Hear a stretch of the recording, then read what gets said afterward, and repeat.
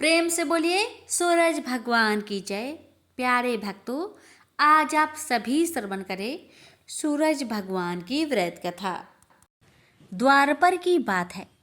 भगवान श्री कृष्ण एक बार अपनी बुआ कुंती के आश्रम काम्य वन में पहुंचे। उस समय पांडव लोग अज्ञातवास कर रहे थे। भगवान कृष्ण ने कहा, बुआ जी, मैं तुम्हें वनवासी भेष में देखकर दुखी हो जाता हूँ। मुझे सदैव इस बात की चिंता लगी रहती है कि पता नहीं कब दुष्ट दुर्योधन का प्रहार तुम्हारे ऊपर हो जाए। अतएव इस विपत्ति से छुटकारा पाने के लिए तुम भगवान सूर्य नारायण की आराधना करो। भगवान सूर्य ही सभी जीवों के नियंता और प्राण हैं। उनके तेज से ही जीवों का उद्धार होता है। भगवान कृष्ण ने बतलाया कि एक बार शंकर जी से पार्वती जी ने कुछ पूछा था, उसे मैं तुमसे बतलाता हूँ। शिव जी ने पार्वती जी से कहा, यदि तुम इस बात की जानकारी प्राप्त करना चाहती हो तो मथुरापुरी में जाओ। वहाँ सूर्य पुत्री यमुना जी की धारा प्रभावित होती है। यमुना के तट पर ऋषि, महर्षि, मुनि आदि निरंतर तपस्यारत रहते हैं। भगवान रुद्र की आज्ञा से पार्वती जी कालिंदी यमुना तट को चल पड़ी। कुछ ही दूर जाने पर उन्हें रास्ते में रोती बिलखती एक स्त्री दिखाई पड़ी। उसने बतलाया कि उसका नाम कुसुमवती है और उसका निवास कुसुमाकर वन के बीच में है। संतानहीनता होने के कारण उसके पति बसंत ने उन्हें त्याग दिया है और इस प्रकार वह निराश्रिता हो गई है। पार्वती जी उस स्त्री को साथ ले आगे चली गई। उन्हें रोती हुई एक दूसरी स्त्री मिली। उसने बताया कि मेरा नाम गंगा है। मेरे पति महाराज शांतनु ने पुत्रों के जीवित ना रहने के कारण मुझे अपमानित किया, जिससे मैं दुखी होकर घर चली आई हूँ। इसी प्रकार थोड़ी दूर जाने पर मधुबन में माधवी नाम की एक स्त्री और मिली, जो पति के वैभव का नाश होने के कारण घर से निकाल दी गई थी। इनके अंतरल आगे जाने पर कुमुद वन में कुमुदा नाम की स्त्री से भेंट हुई, जिसके पति को राजा ने बंदी बना लिया था और वह व्याकुल होकर विलाप कर रही थी। उन सभी स्त्रियों को साथ लेकर पार्वती जी यमुना तट पर जा पहुंची। उस तट पर पूजन उत्सव देखकर पार्वती जी ने ऋषि पत्नियों से पूछा कि यह किस देव की आराधना हो रही है, इस पूजन का विधान और फल क्या है। उनकी बात सुनकर एक ऋषि पत्नी ने कहा, यह जगत पिता सूर्य नारायण का व्रत है और सभी मनोरथों को पूर्ण करने वाला है। इस व्रत को करके प्रत्येक नर नारी अभीष्ट सिद्धि प्राप्त होती है। तुम्हारी भी यदि कोई वांछा हो तो इस व्रत को करके प्राप्त करो। ऋषि पत्नियों से ऐसी बात सुनकर पार्वती जी अत्यंत प्रसन्न हुई और उस व्रत के विधान का फल को जानकर शिव जी के पास लौट आई। पार्वती जी ने इस व्रत को करके विघ्न नाशक गणेश जी जैसे पुत्र को प्राप्त किया। प्रेम से बोलिए सूर्य नारायण की जय। दो माँ बेटी थी। सूरज भगवान का व्रत करती थी। सूरज भगवान का व्रत आया। माँ को किसी आवश्यक कार्य से बाहर जाना पड़ा। उसने अपनी बेटी से कहा, बेटी तू 2 रोट बना लेना। बेटी ने 2 रोट बना लिया। उसी समय एक जोगी भिक्षा मांगने आया। उसने माँ के रोट में से एक टुकड़ा तोड़कर जोगी को दे दिया।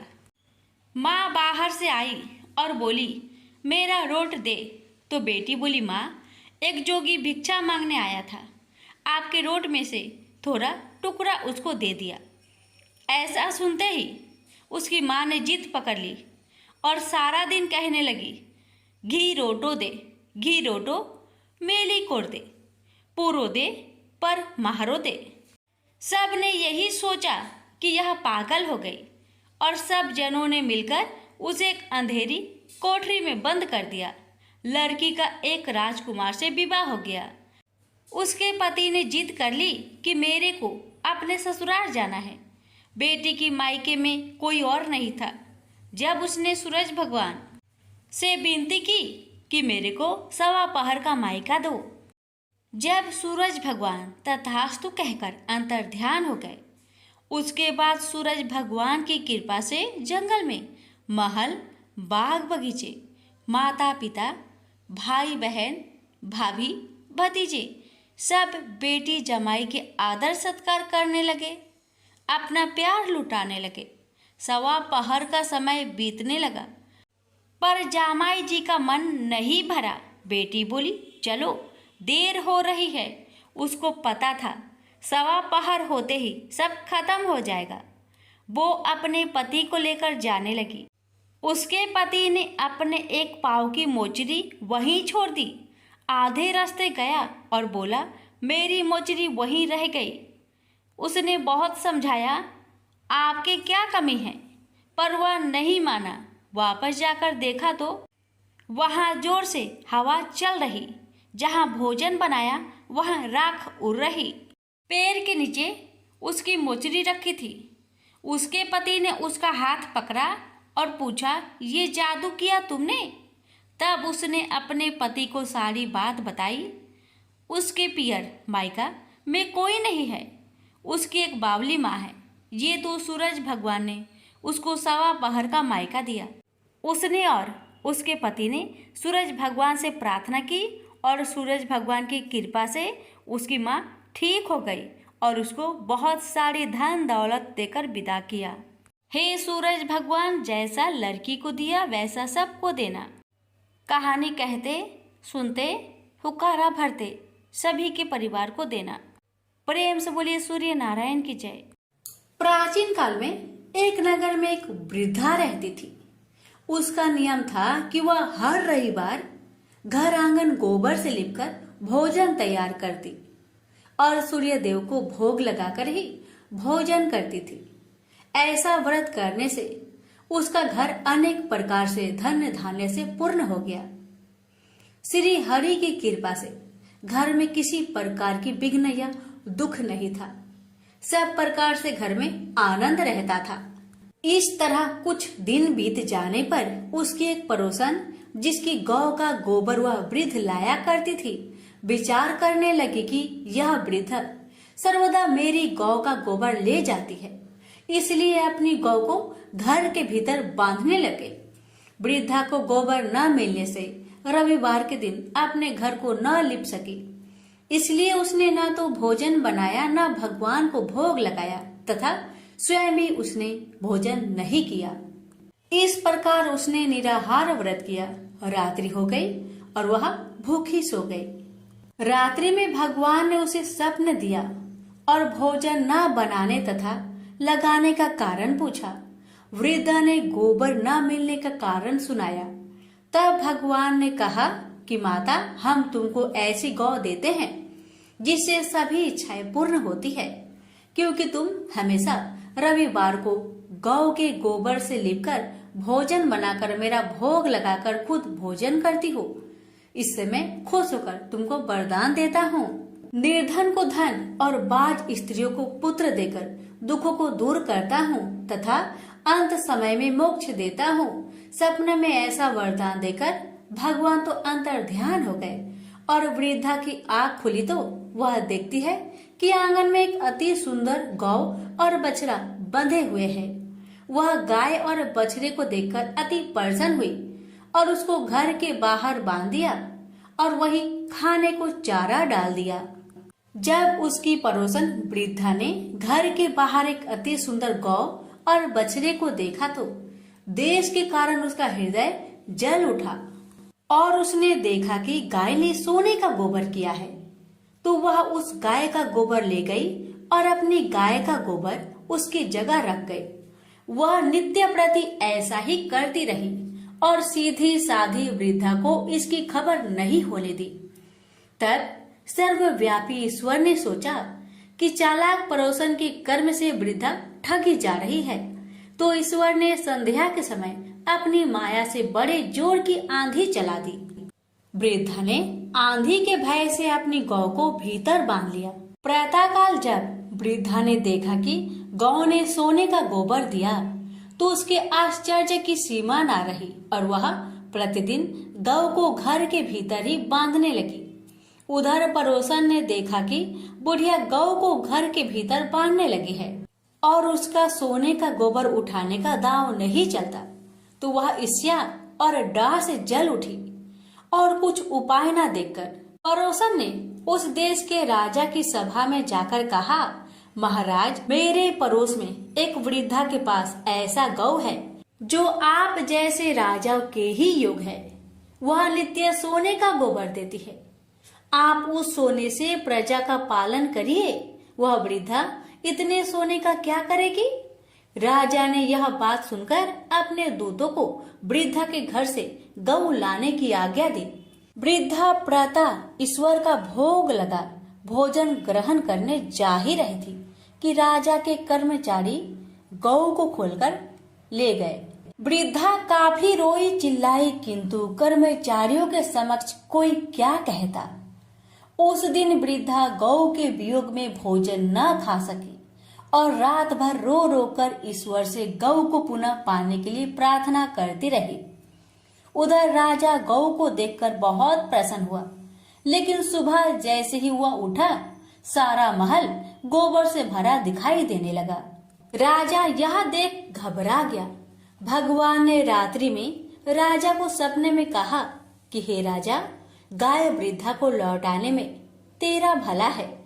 उसके रविवार के व्रत से प्रसन्न होकर मैंने उसे गाय दी थी।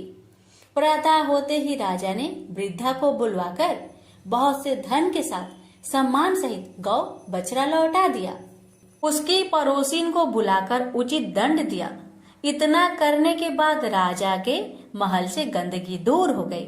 उसी दिन से राजा ने नगरवासियों को आदेश दिया कि राज्य की तथा अपनी समस्त मनोकामनाओं की पूर्ति के लिए रविवार का व्रत रखा करो। व्रत करने से नगर के लोग सुखी जीवन व्यतीत करने लगे। कोई भी बीमार तथा प्रकृति का प्रकोप उस नगर पर नहीं होता था। सारी प्रजा सुख से रहने लगे। प्रेम से बोलिए सूर्य नारायण की जय। अब यह बात उस समय की है जब देवलोक के शिल्पकार विश्वकर्मा भगवान की एक पुत्री थी। उसका नाम था संज्ञा। वह दिन भर तपती धूप में खेला करती थी। सूर्य की तेज किरणों से जैसे उस पर कोई असर ही नहीं होता था। संज्ञा जब बड़ी हुई तो एक दिन विश्वकर्मा और उसकी पत्नी ने संज्ञा को बड़े मुग्ध भाव से सूर्य को निहारते देखा। यह देख विश्वकर्मा बोले, देवी, ऐसा लगता है हमारी बेटी सूर्य पर मोहित हो गई है। देख रही हो कितने मुग्ध भाव से सूर्य की ओर ताके जा रही है। मुझे भी ऐसा ही लगता है हे स्वामी। विश्वकर्मा की पत्नी ने कहा। सूर्य के सौंदर्य के प्रति संज्ञा का आकर्षक उसकी आयु के साथ बढ़ता ही गया। एक दिन विश्वकर्मा उसे अपने साथ हाथी पर बैठाकर सैर करने को निकले। अपनी पुत्री को सूर्य की ओर निहारते देख उन्होंने पूछ लिया, बेटी, अब तुम छोटी नहीं रही। मैं सोचता हूं जल्दी ही तुम्हारा ब्याह कर दूं। बताओ बेटी, बताओ, किस देव को तुम चाहती हो? बताओ। मैं तुम्हारा विवाह उसी देव के साथ करूंगा जिसको तुम चाहती हो। बेटी कहने लगी, पिताजी, आकाश में सूर्य से बढ़कर कोई तेजस्वी नहीं है। संज्ञा की बात सुनकर विश्वकर्मा ने कहा, बेटी, ठीक है, हम तुम्हारा शादी सूर्य से ही करा देते हैं। अब विश्वकर्मा अपनी पुत्री को लेकर सूर्य के पास पहुंच गए। उन्होंने अपनी पुत्री की इच्छा सूर्यदेव को बताई तो सूर्यदेव ने उनका प्रस्ताव सहर्ष स्वीकार कर लिया और बोले, आपकी पुत्री मेरे साथ विवाह करना चाहती है, यह मेरे लिए सौभाग्य की बात है, पर अपनी बेटी से पूछ तो लीजिए कि वह मेरा ताप सहन कर पाएगी या नहीं। विश्वकर्मा ने संज्ञा को एक और ले गए और पूछा, बेटी, सूर्यदेव का उत्तर तुमने सुन लिया, अब बताओ तुम उनका ताप सहन कर लोगी? हर ऋतु का ताप उनका अलग अलग होता है, अब तुम बताओ क्या सह पाओगी? संज्ञा ने कहा, पिताजी हाँ, मैं सह पाऊंगी। अब विश्वकर्मा ने कुछ ही दिन बाद संज्ञा का विवाह सूर्यदेव के साथ करा दिए। संज्ञा सूर्यदेव के साथ उनके लोक चली गई। अब तो संज्ञा सूर्यदेव के साथ सुख पूर्वक रहने लगी। फिर उनके वहां एक पुत्र पैदा हुआ जिसका नाम रखा गया मनु। अनेक ऋषि मुनि बालक को आशीर्वाद देने आए, यह बालक ज्ञानियों में भी ज्ञानी होगा। ऋषियों ने भविष्यवाणी की, आशीर्वाद सच निकला। जब वह कुछ बड़ा हुआ तो ऋषि मुनियों से शिक्षा ग्रहण करने लगा। सूर्यदेव और संज्ञा को अपने बेटे पर बड़ा गर्व था। वे बहुत ही प्रेम से अपने बेटे का लालन पालन करते थे। अनाचार एक बार ग्रीष्म ऋतु में सूर्य की किरणें बहुत ही प्रखर हो गई। उनका तेज अपने चरम सीमा पर जा पहुंचा। संज्ञा की चमड़ी कसने लगी। सूर्यदेव ने उसे अपने पास बुलाया तो वह अपनी आंखों पर हाथ रखकर उनके पास पहुंची। सूर्यदेव बोले, संज्ञा मेरी ओर देखो, तुमने अपनी आंखें क्यों ढक ली?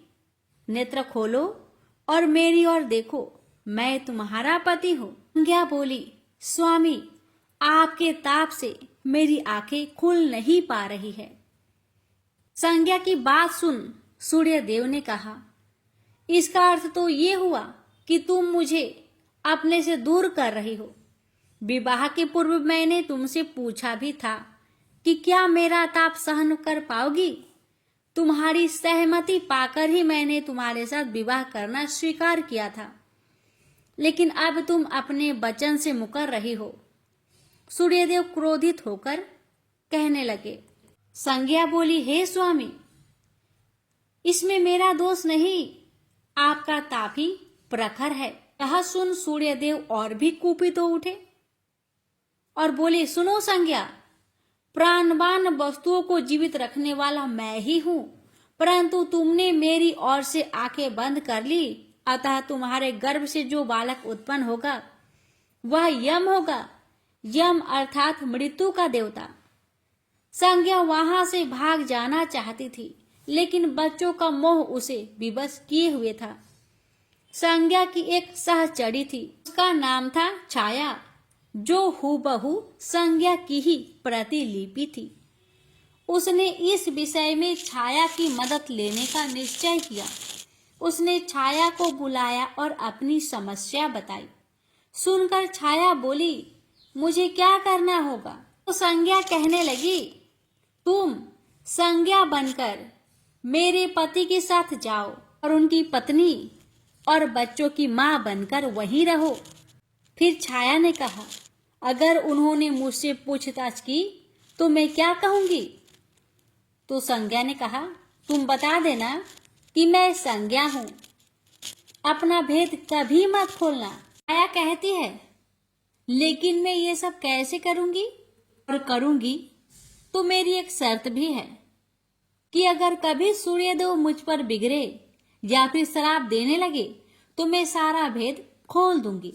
संज्ञा ने कहा, ठीक है छाया, अब जाओ और मेरे बच्चों को संभालो। तुमने मुझे बहुत ही कठिन काम सौंपा है संज्ञा। छाया कहने लगी, फिर भी मैं भरसक प्रयत्न करूंगी। और वहां से छाया चली गई। उसके जाने के बाद संज्ञा सोचने लगी, मैं मायके जाती हूँ, माँ और पिताजी मुझे देखकर बहुत प्रसन्न होंगे। मैं कुछ समय वहां रहूंगी, परंतु पिताजी तो कहेंगे, स्त्री की शोभा पति के घर में रहने में ही है। ऐसे ही विचारों में उलझी बेचारी संज्ञा मायके को चल पड़ी। रास्ते में उसके मस्तिष्क में उलझने टकराने लगी।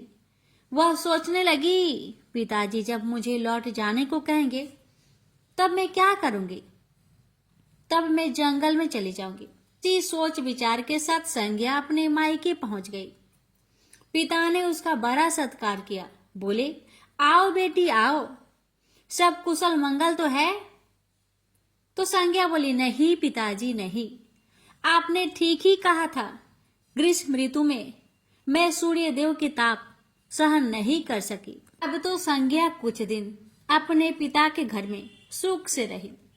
एक दिन पिता ने उससे कहा, बेटी संज्ञा, तुम्हारे आने से मुझे बड़ा हर्ष हुआ है, मुझे बहुत अच्छा लगा। परंतु विवाह हो जाने के बाद स्त्री को मायके में अधिक दिन तक नहीं ठहरना चाहिए। अब तुम अपने पति के घर जाओ, फिर कभी हमसे मिलने आना। तुम मुझे बहुत प्यारी हो, किंतु पति का घर ही स्त्री का घर होता है। यही मैंने सोचा था, संज्ञा मन ही मन बोली। और एक रात चुपचाप पिता का घर छोड़कर वह जंगल में चली गई। वह सोचने लगी, मैं सूर्य के सामने नहीं जा सकती, अतः घोड़ी बन जाती हूँ। उस रूप में मुझे यहाँ कोई पहचान नहीं पाएगा। घोड़ी का रूप धारण कर संज्ञा सूर्य के ताप की शक्ति को कम करने के लिए तपस्या करने लगी। तो छाया ने सूर्य के यहाँ जाकर संज्ञा का स्थान ले लिया। सूर्य देव ने उसे संज्ञा ही समझा। वे बोले, तुम लौट आई मेरे यहाँ? तो छाया कहने लगी, क्षमा कर दो स्वामी, मैंने अपनी दुर्बलता को जीत लिया है। छाया बड़े ही खेद स्वर में बोली। सूर्य देव कहने लगे, संज्ञा, मैं तो कब का ही तुम्हें क्षमा कर चुका हूँ। अब घर की जिम्मेदारी संभालो, बच्चों का लालन पालन करो। छाया ने कक्ष में लेटे दोनों बच्चों पर निगाह डाली और घर की जिम्मेदारियां संभाल ली। छाया इस घर में सुखी थी। वह प्राय सोचा करती थी कि बेचारी संज्ञा को कितना अच्छा घर त्यागना पड़ा उसे। क्या वह कभी नहीं लौटेगी? समय पाकर छाया को एक पुत्र हुआ। पुत्र पैदा होने के बाद वह कुछ चिंतित रहने लगी। मुझे यह नहीं भूलना चाहिए कि मैं संज्ञा नहीं, छाया हूँ। छाया ने एक पुत्र और पुत्री को जन्म दिया। अब छाया का व्यवहार बदलने लगा।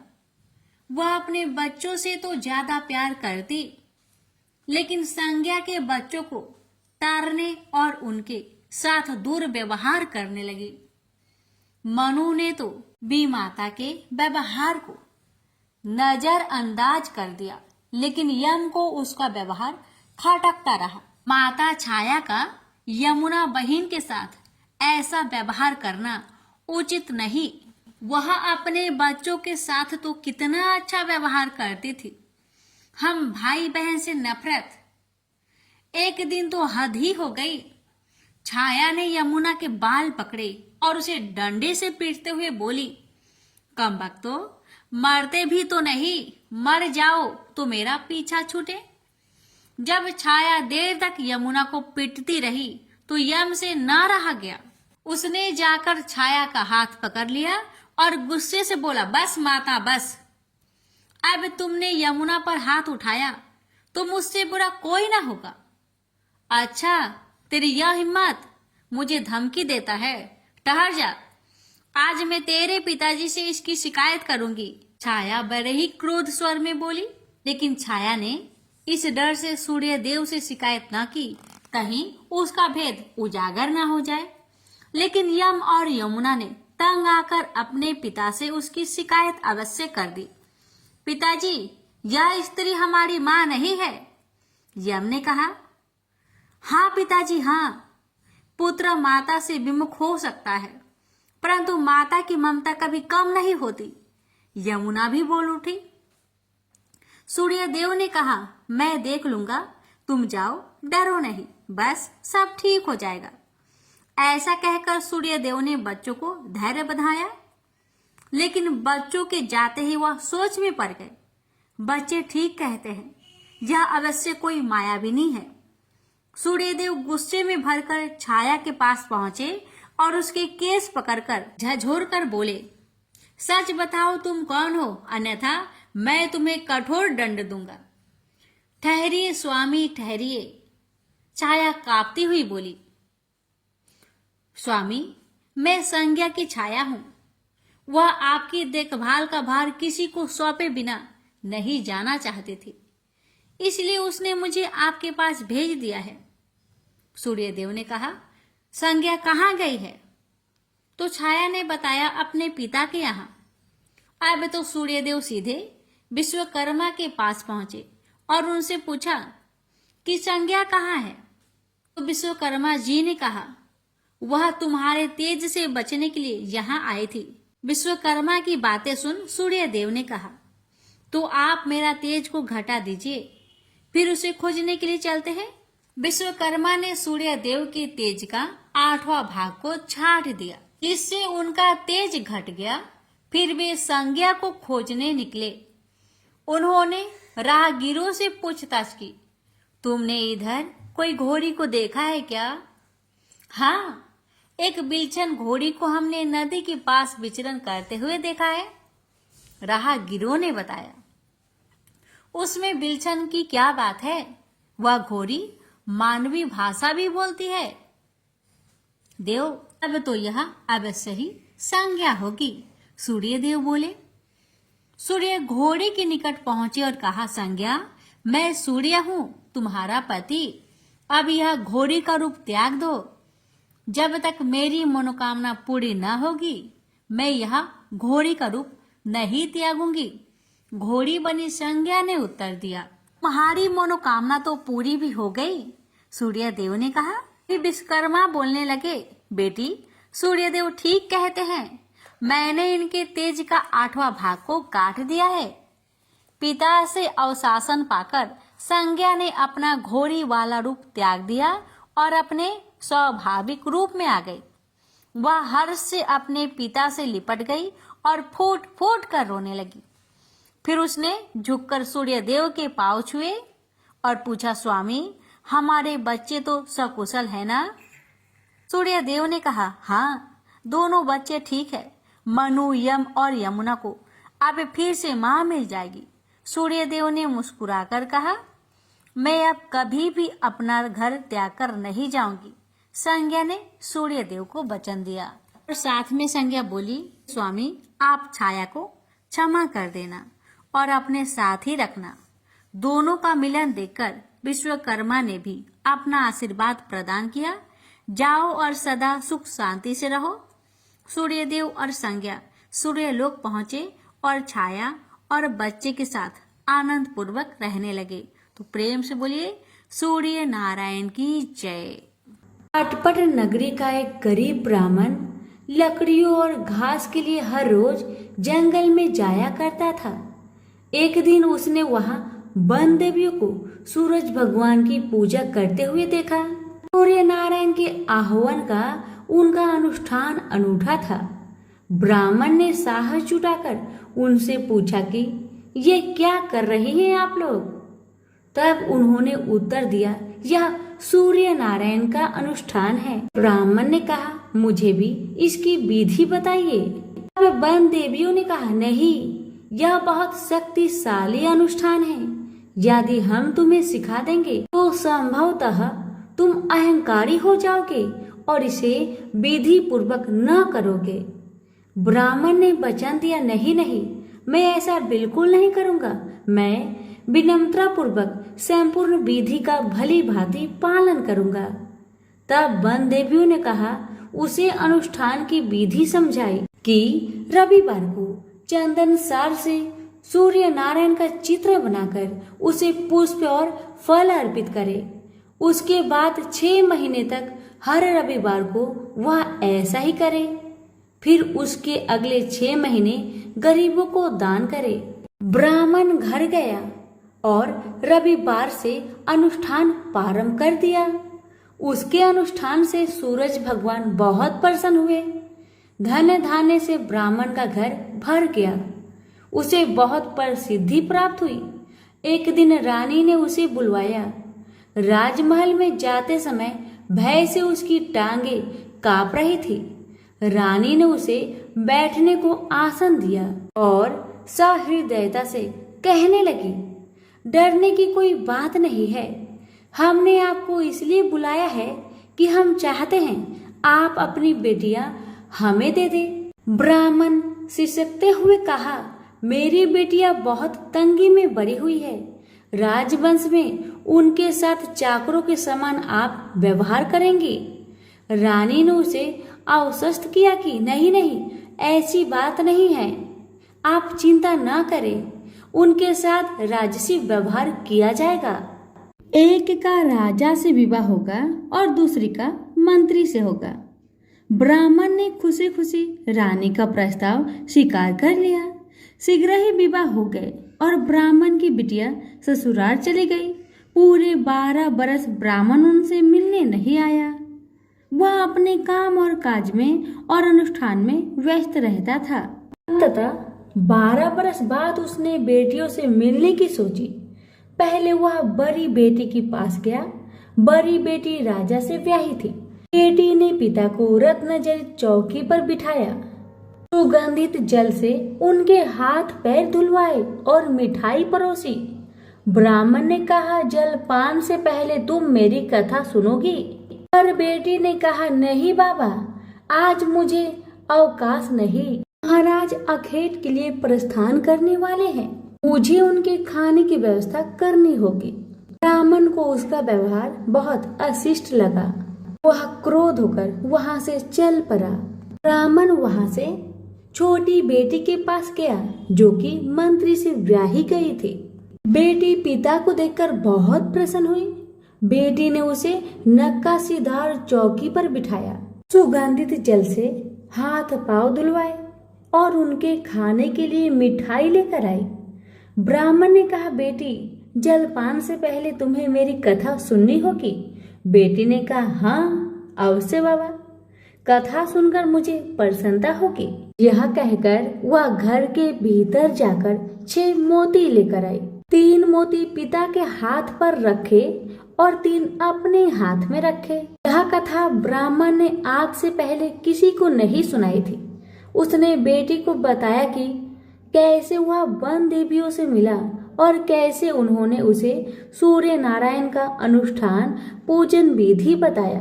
बेटी ने एक एक शब्द को बड़े ध्यान से सुना। फिर ब्राह्मण ने मुदित मन से जलपान ग्रहण किया और घर लौट आया। पंडिताइन ने बेटी की कुशल क्षेम पूछी। ब्राह्मण ने उसे सारी बातें बताई और कहा कि बड़ी वाली मेरी बेटी ने मेरी कथा नहीं सुनी, उसे इसका फल भुगतना पड़ेगा। और वही हुआ। उसका पति सेना लेकर दूसरे राज्य पर आक्रमण करने गया था और वापस नहीं लौटा, पर दूसरी बेटी ने उसकी कथा सुनी थी, सो वह सुखी थी। उसकी समृद्धि दिनों दिन बढ़ती गई। दुर्भाग्य से बड़ी बेटी का पिंड नहीं छोड़ा। उसके लिए एक एक दिन काटना दूभर हो गया था। एक दिन उसने अपने बड़े बेटे से कहा, घर में कुछ नहीं है, अपनी मौसी के पास जाओ और कोई उपहार लेकर आओ, वह जो दे घर ले आना। अगले रविवार को राजकुमार मौसी के घर गया। वहां वह तालाब पर गया और स्नान करने आई औरतों से पूछा, तुम किसके यहाँ काम करती हो? उन्होंने उत्तर दिया, हम मंत्री की पत्नी की दासियां हैं। राजकुमार ने कहा, अपनी मालकिन से जाकर कहो कि उनकी बहन का बेटा आया है। ये भी कह देना कि उसके कपड़े फटे हुए हैं, इसलिए वो उसे पिछले दरवाजे से महल के भीतर आने दे। दासियां उसे पिछले दरवाजे से भीतर ले गई। मौसी ने उसके नहाने के लिए सुवासित जल रखवाया, पहनने को नए कपड़े दिए और राजसी भोज करवाया। फिर उसने बेटे को मोहरों से भरा हुआ कद्दू दिया। वह चलने लगा तो मौसी ने कहा, इसे संभाल कर ले जाना, कहीं खोना मत। पर रास्ते में सूर्य भगवान ने माली के भेष धारण करके मोहर से भरा हुआ कद्दू चुरा लिया। वह घर पहुंचा तो माँ ने उससे पूछा कि मौसी ने तुम्हें क्या दिया? राजकुमार ने खाली हाथ दिखाते हुए कहा, जो भाग्य ने दिया वह कर्म ने छीन लिया, मौसी ने जो दिया वह रास्ते में खो गया। अगले रविवार को रानी ने दूसरे बेटे को भेजा।